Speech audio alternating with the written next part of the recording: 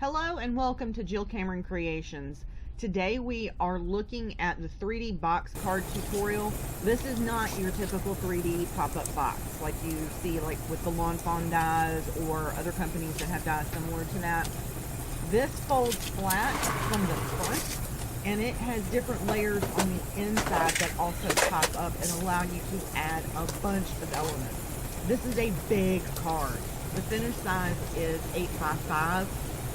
And it pops up to a card that's 4x4x5, and it will fit in an envelope that's about, this is slightly larger than that, and the only reason that I use like a 10x7 envelope is because I wanted to make sure that all of my elements on the inside of it had enough room. But you can fit it in an 8x5 envelope if you don't put a whole lot in it. But this is a big card and it requires a lot of images. You will be able to get the file over on my blog for the SVG file and be able to download that and cut with your Silhouette Studio and or Cricut. You can use your Silhouette for that. And here I have the score lines as well. Those are listed over on my blog. The link will be below in the description, and you can go and head over there and make sure that you grab that file so you can download that and create this box card. And here in this video, I'm just showing you in this particular video how to put the card together and where the score lines are. And the score lines for everything are 1/4 of an inch from either end and straight down the middle. That's the score lines for everything. And I didn't feel like I needed to put that on the screen for you there. I just wanted to make sure that you knew that it was straight down the middle and 1/4 of an inch from either end. The only exception to that is this center portion and the front panel. The very front panel that has like that squared off U shape right there does not get 1/4 of an inch on either end. It just gets down the center of it. Instead of putting flaps on the front, I put flaps on the back panel for that only. The square part has a pop-up so that you can add elements to that and pop it up as well. And then we have different elements that we can use for the inside. Now, there is a specific way that you have to put the inside of this together.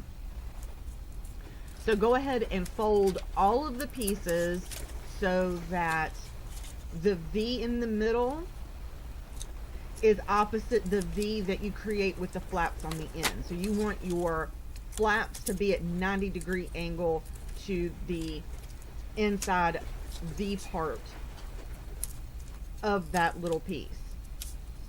And you'll see here in just a minute what I mean. And the one that I just put together, you see how the flaps kind of fold out and they're at that 90-degree angle from the middle. And it looks like a weird V with wings on the end of it or something. And you want to make sure that you use some really strong adhesive, and I'm using scrapbook.com double-sided 1/8" score tape here. And I'm putting that on all of my flaps, and I'm reinforcing the fold lines with my bone folder, and that's a Teflon bone folder, and it's so that it doesn't leave any marks on my paper. It doesn't leave any score lines or shiny spots or anything like that on my paper. So here is, I'm putting all of the adhesive down, and I'm looking at my fingernails in the video, and they look really pretty. And they don't anymore. That's kind of funny. Anyway, sorry. So, peel off all of the, don't peel off all of the release paper just yet. Just peel it off in sections as you're using it. Use your grid mat to align things, and I'm aligning the front panel here with the edge of the fold line on the back panel. Now, I'm going to put all these together. So, I have one that's going to set on the end, and then I have one that's going to set in the middle. And you want to, and they are, the cut lines are staggered on them, so you'll know which one goes where.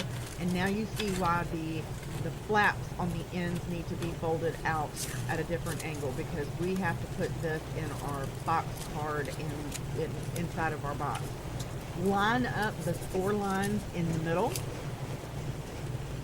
Remove the release paper on either side of the flaps there, and make sure that it's also lined at the bottom of the card. And you're gonna, I actually pulled some of the paper up when I pulled the release paper up, so I'm just putting a touch of glue on it. So it will hold. But remove your release paper there, and then fold over in half at the main score line there, where you butted up the front of the front card to the back of the card, and just fold it over. Ta-da! Press it down where those flaps are, and now it's stuck to the front of the card. Now you're going to take the release paper off of the back, and then you are going to take fold it in half again and put the back of the card, attach the back of the card. Then we'll remove the other piece of release paper for the flap on the back, and it will all be together.